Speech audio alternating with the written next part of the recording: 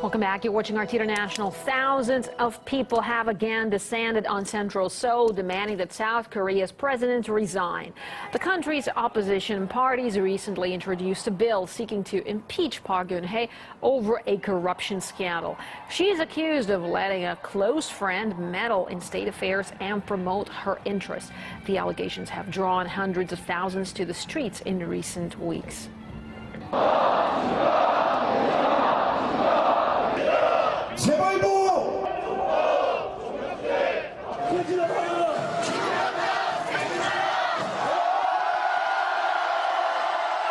바로 청와대.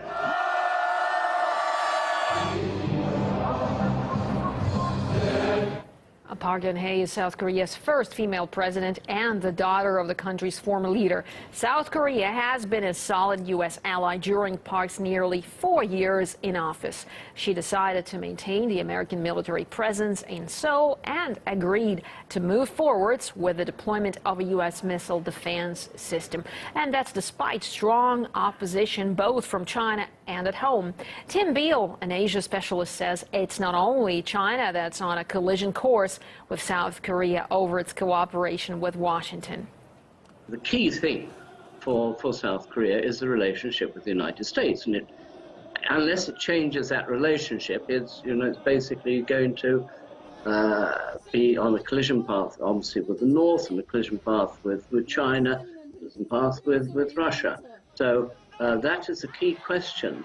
The United States in many ways created South Korea. It has operational control over the South Korean military in the event of war, which of course is the important thing.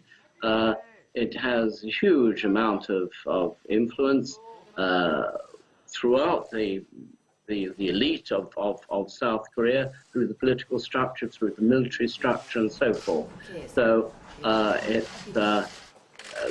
South Korea is very much in a sort of a client subordinate position, and to break out of that is extremely difficult.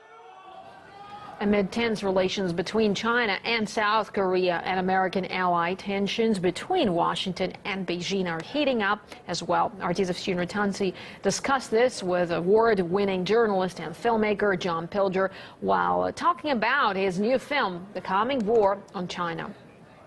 There are 400 US bases encircling China. They start in Australia, they go through the Pacific, they go up through Japan, Korea, across Eurasia. It's like a giant noose around China. Missiles, warships, low-draft warships, which can approach China just outside Chinese waters.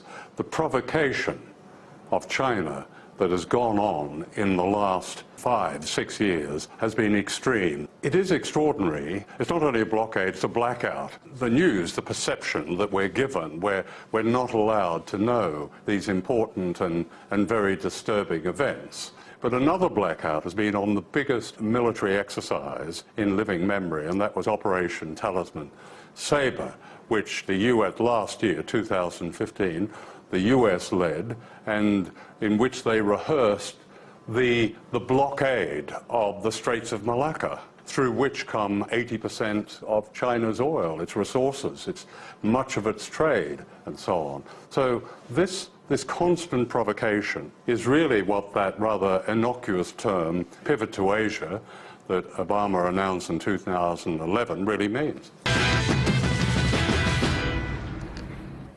Classical literature is causing controversy in American classrooms, where parents have taken offense at so-called racial slurs in certain texts. Coming from a pretty big African-American community myself, I believe that it's not right to even put that in a book, let alone read it to a child.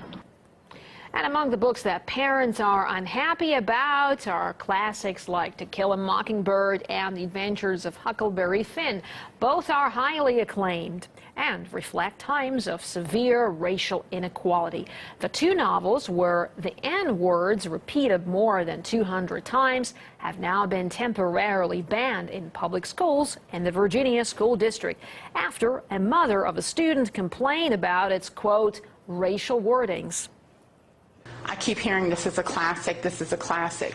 I understand that, but at some point, I feel the children will not or do not truly get the classic part, the literature part, which I'm not disputing this is great literature, but there is so much racial slurs in there and offensive wording that you can't get past that.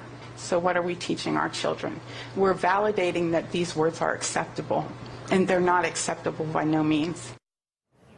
While some accuse the books of reinforcing racial stereotypes, some of those who grew up reading them, which are required high school reading in many states, think otherwise. I think that it's bordering on censorship because those words are in there for a reason. They're in there to teach us not to use them. They should ban it if it have racial slurs. Yeah, because we live in a society where racial slurs, everybody's get, offended, so we shouldn't do it. Ooh, I feel like they can just see, like outlawing it. That's like kind of like a drastic move. I feel like can't you just like put a black line, like censor that, like censor the words? I've personally read both of those books, and that's the time period. When you read the books, that's a time period where racial slurs were common. So I mean, I don't see why they banned it. They're literary classics, and by just ignoring those words, I don't think it makes the problem go away.